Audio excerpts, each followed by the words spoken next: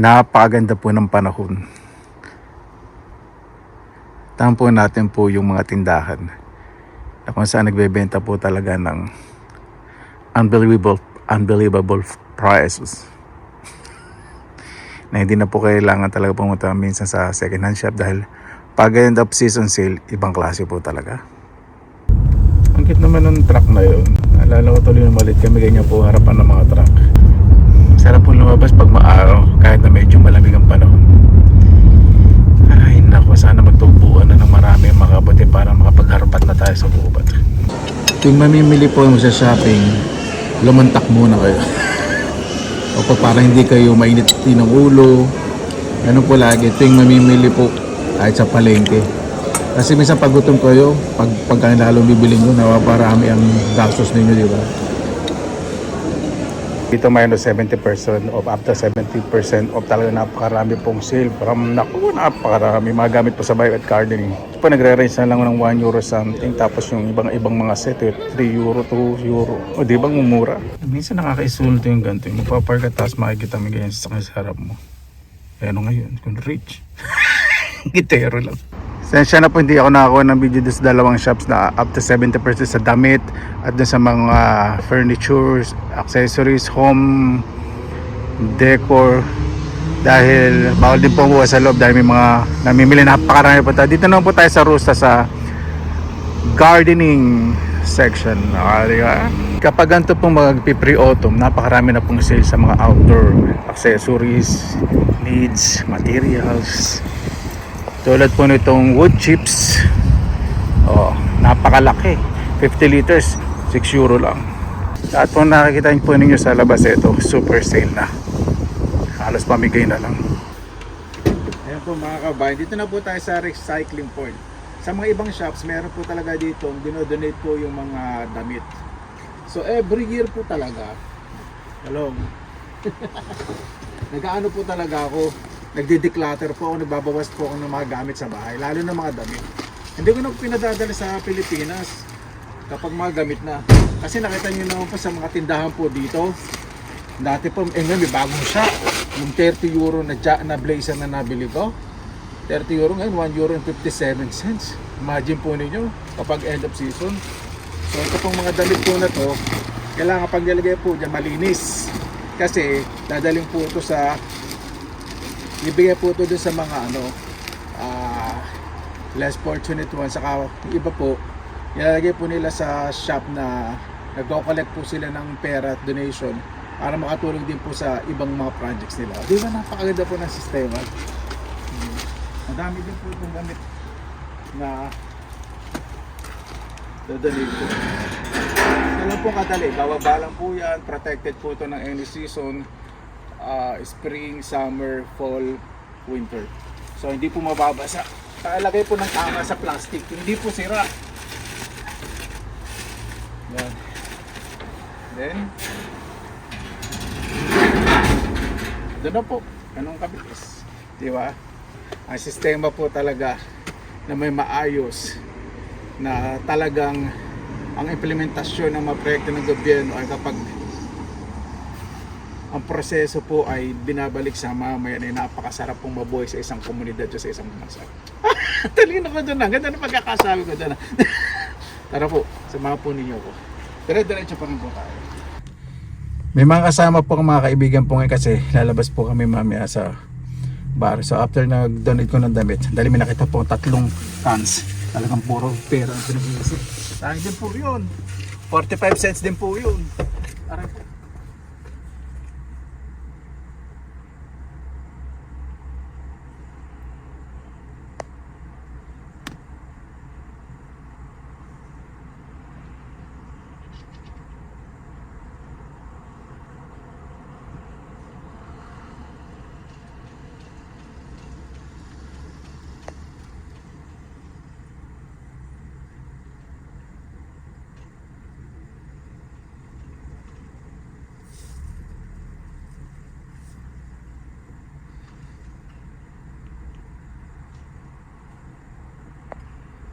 Ayan po mga kabayan, nagdadala po lagi ako ng plastic. Kahit saan pumunta kasi pag nakita ko ng ganito, pera din po ito. Imagine, 60 cents din po. Ito, apat pala. Di ba? Iniipon ko po yan sa storage ko. Tapos, okay na po yun. Ako, nakita ko po, nag-trim ng bush sa harap. Papakita ko din po sa inyo mamaya. Itong binili ko po sa garden store. Napakamura, kaya napakasaya. Ay, nako. Ang buhay po talaga dito sa Finland, kahit saan sa abroad, kailangan diskarte. Yung kahiya po, nahihiya kayo dahil hindi sosyal. Kagaguhan at kagagahan po yun. Yung mga pasosyal yan, ang madalas magutom. Yung natural sosyal, may pera talaga. Yung pera yung mga pasosyal. Nako, yung kasama makahiya, yung papatay sa inyo. Totoo po yan. Pag-ayos po sa garden, pakikita ko po yung pag-ayos po nito at kasama po nila yung bote. Naku, malaki plastic bag na po yung mga bote kong naipon. Sama po ninyo ako. Ayan, mayroon pong nabiling tsinelas. Ang presyo po nito, mahigit, tanong ko lang 20 euro. Ito, ganda, no? Sabi po sa Pilipinas. Ngayon, ano yun? Kaya pakita ko siya, bullshit ka. Ano na lang, 5 euro. Diba? Jackpot. Tapos pag mag-September, naku, baka 1 euro na lang po. Ibang klase po, no? Ayan pang damitan ko maayos pagkatapos ko po mag-declutter. Pasensya na po, hindi ko napakita. Ay, naging busy po kasi sobra. Tapos, kapag may mga bagong bili po akong sale, siyempre ako sa Pilipinas, yung gamit ko, iniipon agad po sa luggage ko. Para hindi po nakakalat dito. Gusto ko maayos na. So, paunti-unti. Papakita ko po sa inyo.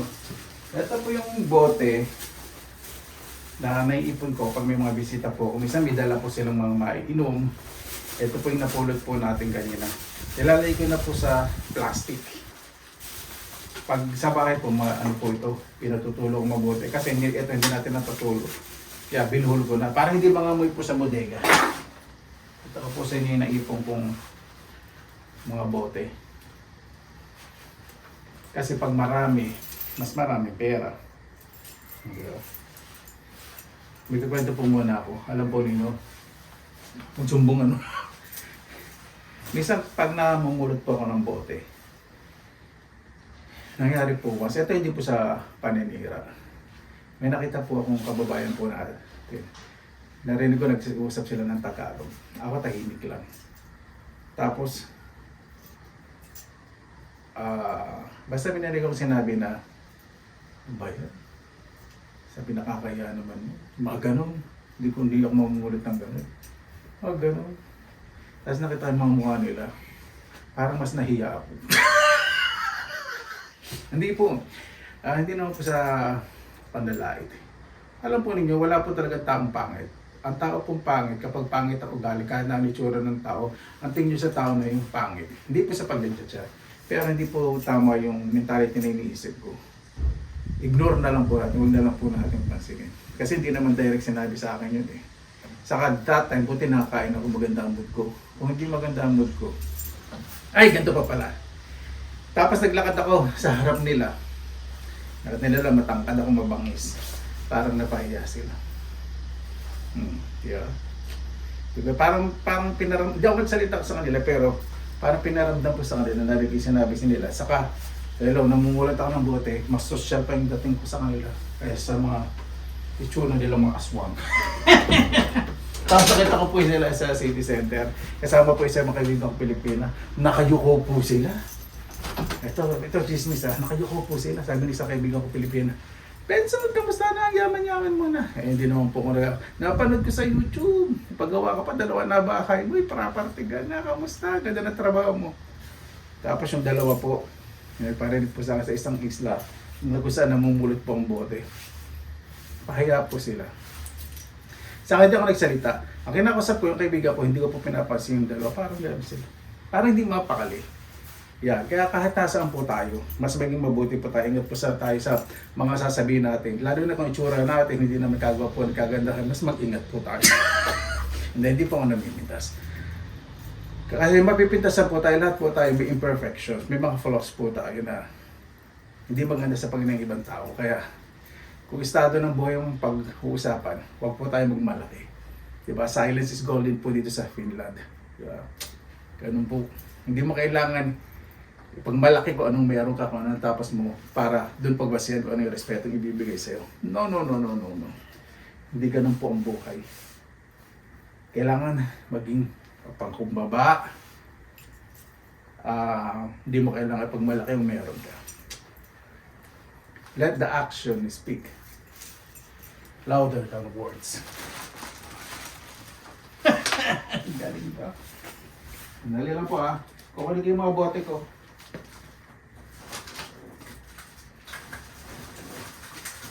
Ito, maglalagay na rin po ko ng mga ilaw.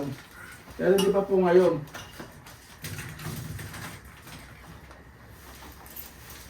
Just hold on. Gusto ko lang pong magkwento ng gano'ng sitwasyon. Sa mga kababayan po na natin nasa abroad, ingat po sa mga pagsalita.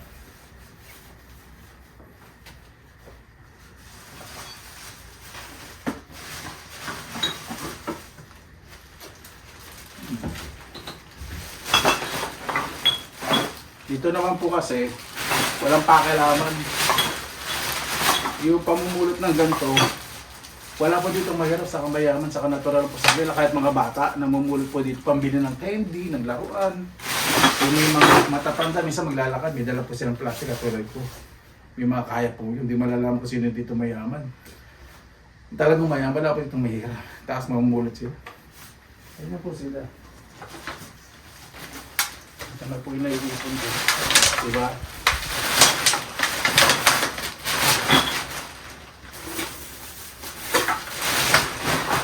Kung ang gobyerno sa buong mundo, ganito yung sistema, yung recycling management ay may pambili ng pagkain ng mga tao o maliit na pangailangan, wala pong pagmumulot ng pera.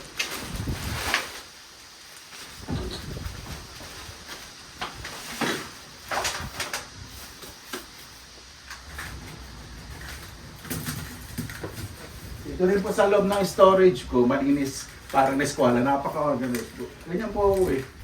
Ayaw ka pong madiwara.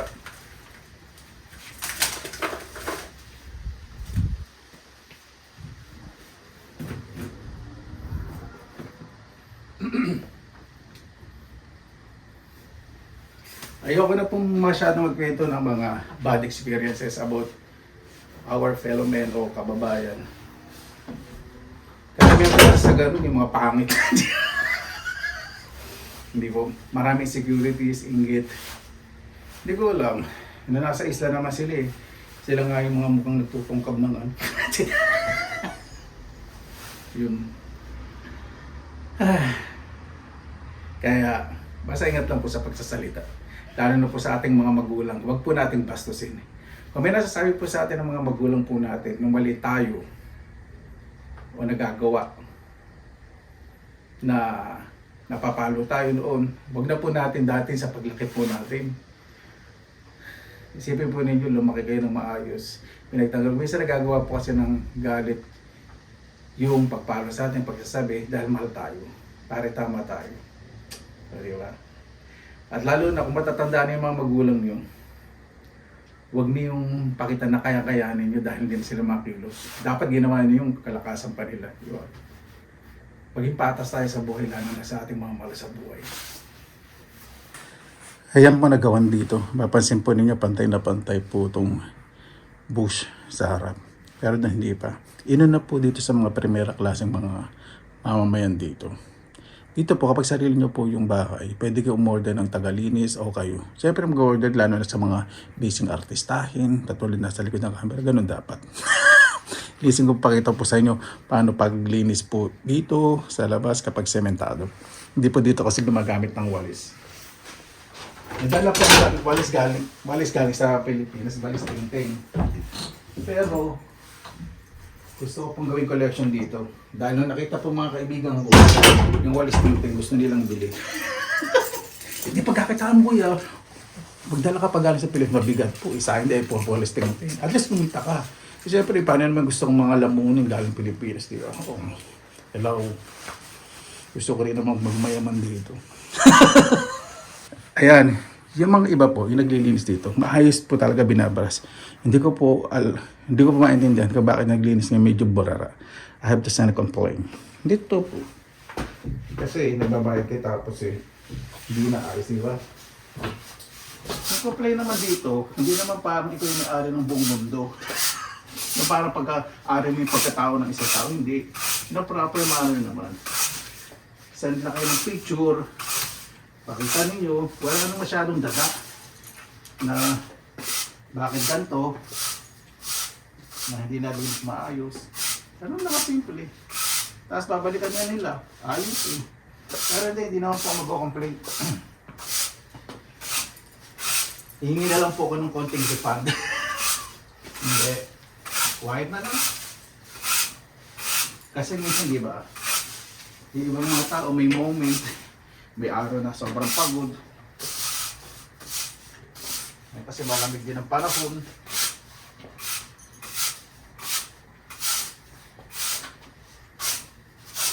Ayan lang. Lalo ko lang po sa tabi ng bush. Kasi mabubulok po yan. Maganda. Magsiserve siyang as mulch. So pag nabulok, nako, tinan mo. Masira pa yung kahoy dito. Hindi maayos nga.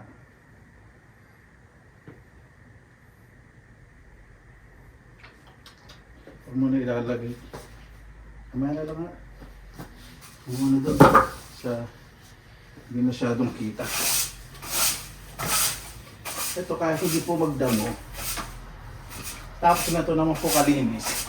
Ito po yung kagandahan eh. Kaya na hindi na masyadong linis itong gilid nito. Walang plastic, walang papel. Tapos brush nyo lang po. Diba napakalinis, natural looking. At pag nag-video po dito, dapat hindi po nakarestorbo ng neighborhood.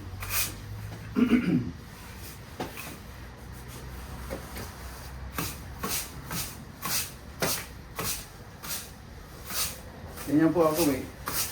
Ayoko po ng madumi. Kasi pag nabulok yung mga daon sa bato, mag-stain yun, hindi magandang tingnan.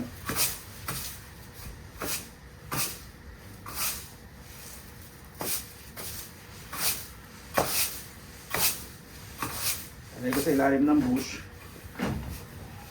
para doon mabulok.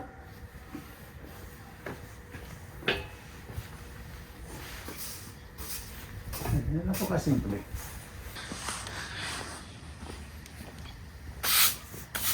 So eto, medyo usad ko lang sa ilalim. Para pag natuyo, yan kasi hindi ko pa po alam kung ano yung mga matutuyo. Pag natuyo, kukolektahin ko yung malalaking sanga. Para sa susunod na mga mag-garden ako, magaling din isi. Nakaka-relax po pag ito. Pag mga malamig ang panahon, kailangan po maglalabas. Para yung pores ng skin ma-close at maging rosy cheek. Ito po yun. Nakakaganda ng skin po yung paglabas kapag medyo malamig ang panahon. Kaya yung bangis ko, naku, na-preserve.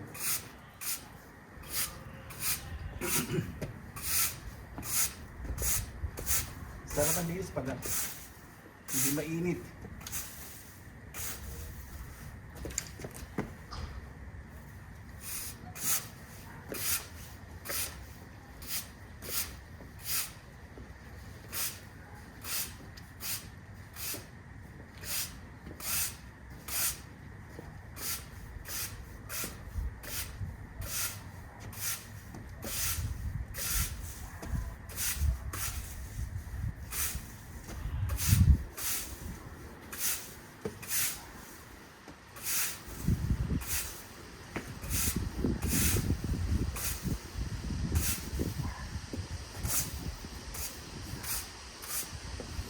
Diba? Tignan lang. Ayos na tignan. Yung neighbor ko tuwa po sa akin. Kasi pag nakikita nila akong maglinis, ito sa area nila, nililinis ko pa rin. Siyempre paano dito, pag hinangin, pupunta sa front yard ko.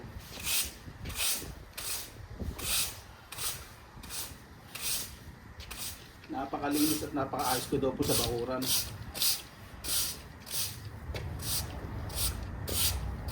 Sila, imbis na mainggit po sila, ginagaya na lang po nila o tumutulong po sila. Sa akin, hindi sila masyado gano'n.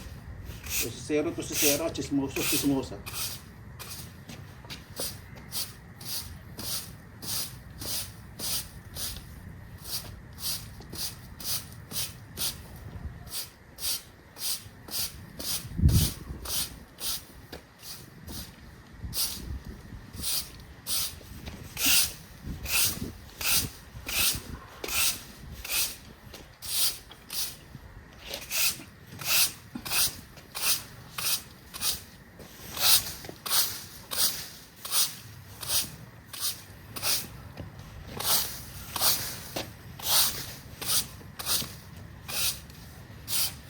Kung hindi naman kayo mahiring magganto o mag-garden, huwag na lang kayo magkalat. Higit sa lahat, huwag yung pakalat-kalat.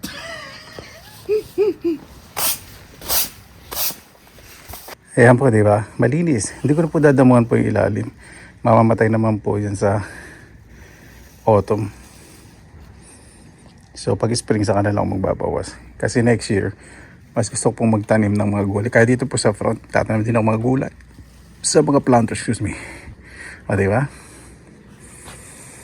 Ay, nasa pag-aayos po. Una-una, nasa kalinisan po talaga. Nagre-reflect po na maluwaras tingnan po ang isang bakuran o isang tahanan. Hindi naman kailangan maganda yung mga gamit ninyo. Maganda gawa po yung nakatira. Plus na po yun. Ibig sabihin, kung malinis po yung tahanan po ninyo, napakasarap mong kumilos, diba? Kung mayroon ng burara, huwag nyo na lang sigawan. Konsensyahin nyo na lang. Kaya sinasabi mo, organize yung storage mo. Sige nga. Hello. Baka mas malinis pa to sa sa kwarto mong burara na naglalangis na. At pag hinahagis mo yung mga underwear mo, pwede na dumikit sa dingding. O ayan, maayos. Nakasupot lahat. Organize. Accessible. Diba? Ganyan. Humihinga ang hangin kaysa sa pagpasok sa kwarta mo. Nako, hindi ka makakahinga sa bantot. Paglabas mo sa terrace, social, rich. Lakas tama, no? Ayan po mga kababayan, dito naman po tayo sa back terrace. I just noticed this side of my back terrace, it doesn't have any appeal. So I'm going to make it a little bit cozy and yayamanin. Ito, may nabibili din po ditong banig. Kala nyo banig nila, ginagawa nilang mga carpet. Ang presyo po nito, yung sa resibo. Ito yung resibo. Sa'yo na kuya, huwag na pakita, niniwala na kami sa'yo. Salamat naman. Kasi yung mga tamang duda, yun, hindi masaya sa buhay. Mga tigger, hindi masaya sa kasi ibang tao. Mga boys at mga aswang sa lipunan. Presyo po nitong yun. Ang original price po nito is 4 euro. Ngayon 1 euro na lang. Tapos na summer.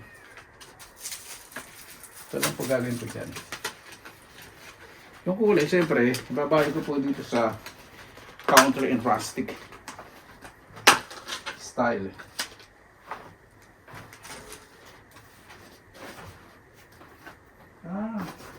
Hindi pala siya masyadong malaki. But it's okay. Plastic po na balik to. Di ba kanino binuksan natin nakaroll yung ganon? Para maging flat, balik rin po natin.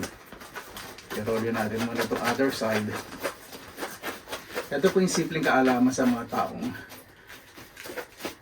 masyado nagmamarunong. Na parang kahit hindi nila alam pag sinabi, oo, tama, oo, ganyan niya. Kahit hindi pa alam nangyari, oo na, oo. Alam na. Ay, parang ayaw matuto. Ayaw mo pagsabihin ng walang alam. So, kailangan mas pagsabihin, hindi mo pa alam yun, di ba? At least natuto ka. Hindi nag-aalam-alaman ka, buisit ka. Oh. That. As easy as that. Ayan, di ba? Kasi, Gagawa po ako dito na ano. Parang madudulas nga ako sa katangahan kung pinagagawa na ito. Okay ba ito? Okay naman siguro ito. Okay naman na nga yan. Tapos, ito. May nabili po ako na stand planter. Ito po. Metal po ito Wala po itong butas. The original price nito is 10 euro. Ngayon na lang po ito. Nakikita po ninyo. 2 euro na lang. Imagine po ninyo, di ba? 80% off.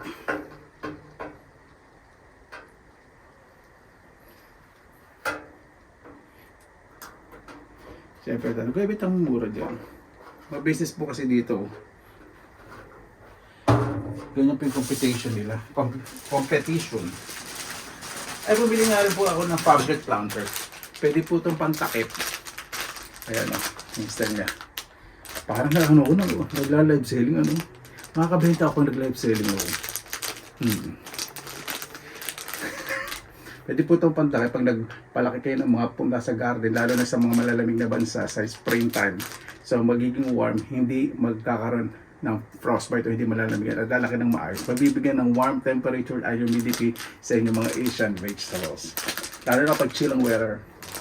With matching accent. Lalagay po muna ito sa aking garden box. Hindi ko po bubuksan. It stays good here. Yan o yung gumaganda bisikleta. So ito po yung stand. Samahan po muna ninyo, kaya nagsasalita kang mag-isa. Ano po ninyo, pag nag-vlog po ako, ramdam ko po yung yung mga tanong po ninyo, saka yung concern po ninyo. Ako, may sobra po na-appreciate. Siyempre hindi ko po napupusuan lahat, hindi ko po na re-replyan lahat. Pero sobrang ko po na-appreciate ang inyo pong mga concern. Ang dali, ito lang ba yun?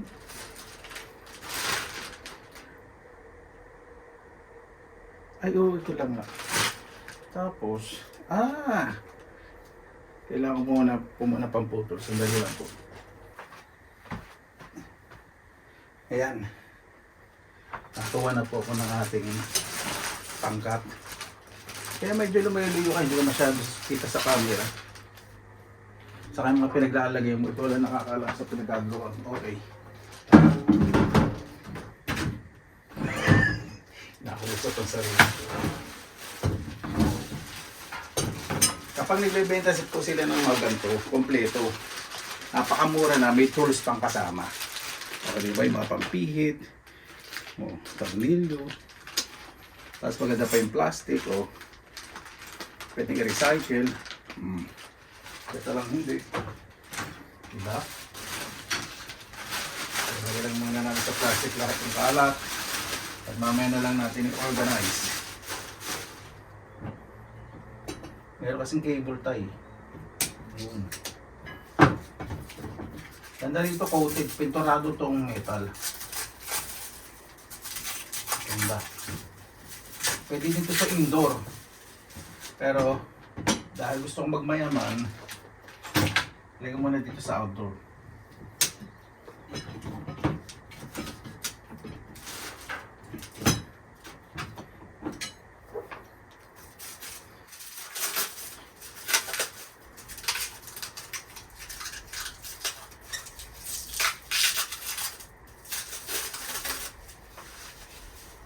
Yun. Tapos may guide. Yan. Pa-fast forward ko na lang po. Para hindi tayo masyadong matagalan.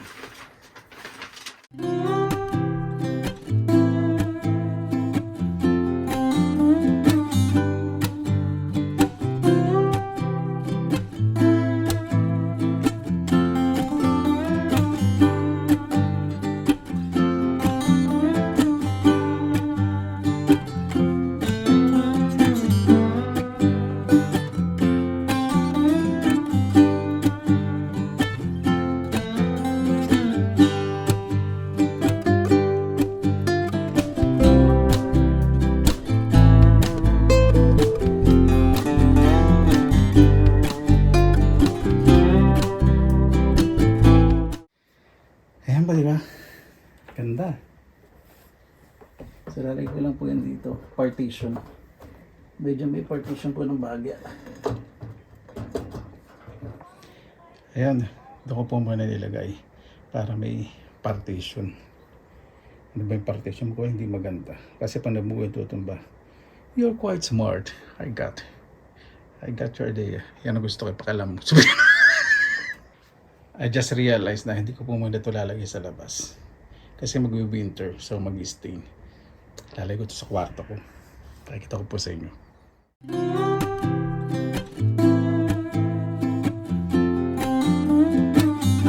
Ayan po mga kabayan, dito ko po nilagay sa aking workroom. O diba, nilagay ko po yung mga extra hard drives po doon, iba pa pong mga cables, at syempre, mas madaling linisin. Hindi pa nakakalat sa table ko. At ngayon, medyo naging clear na yung table ko. Diba? Talagang para-paraan lang po talaga. Hindi lang siya pwedeng gamitin sa garden, pwede rin siyang gawing organizer. At nag-fit pa po yung color dito kasi black, gray, earthy color. So, siya rin kulay. Sa mga nagtatanong po, ito po yung aking indoor calamansi. Ang dami pong bunga. Yan, malalaki na. Kaya tiba-tiba ako. Diba? Dami po yan. Yan po yung puno po niya. Nakatanim po siya sa isang paso. May butas. Tapos itong supporting planter o pot, may plastic po. So pag diniligan, nasasalin yung plastic. Double po ito. So nag-create ng humidity. Kasi kailangan po talaga ng mga tropical fruits na may humidity. Yan po, dami po yan. Mahigit 100 po yung bunga po niya, binilang ko. Nakatago pa po sa ilalim. Marami. At heto naman po ang aking talong. Natatandaan po ninyo. Ang dami po. Pasensya na po. Nakalimutan ko ipakita. Pinrun ko. Pag may tumutubo po sa gilid ng katawan, ito po yung advisable po sa talong sa kasakamatis para ng proseso. Tanggalin nyo po yung mga umusbong sa katawan. Tapos iwanan po ninyo yung mga namumulaklak na sanga. So ang bulaklak po niya ng liit-liit, may higit 10 po. Para mag-concentrate po sa pamumulaklak at sa bunga. At dahil indoor po yan, ganito po. Pwede pong gumamit kayo ng brush, ganyan-ganyan nila po. Yung pollination po tinatawag. Yan. Pag bumuka ng bulaklak, ganyan ninyo. Kasi ngayon ko lang po nakita nagbukaan po itong mga bulaklak pag napagod ang artista. So para hindi masayang. Ipapabuka pala lang. Ngayon na natin ang pollination. At least kung magbunga, kung isa man lang, okay lang. Nakatapat po yan sa tabi ng bintana. So, yun po natin. Diba? Indoor. Malaki po yung dahon kanina, pasensya na. Sa susunod po ulit pag nagpurum po. Kasi huwag niyo po hayaan yung malalaking dahon nandito. Tinatanggal po talaga yun. Saka yung maliliit usbong dito. Kasi ito, itong usbong hindi ko tinanggal to. Talagang bubulaklak dito. So itong mga nasa taas, dyan magko-concentrate yung nutrients. At may mga ibang sanga po dito. Yung mga, ano ba tawag doon? Basta mga usbong na walang bulaklak, tanggalin nyo na po yun. Kakain lang po yung nutrients. So hindi magtutuloy po yung mga bulaklak. Ganun po yun. At diba, ang ganda.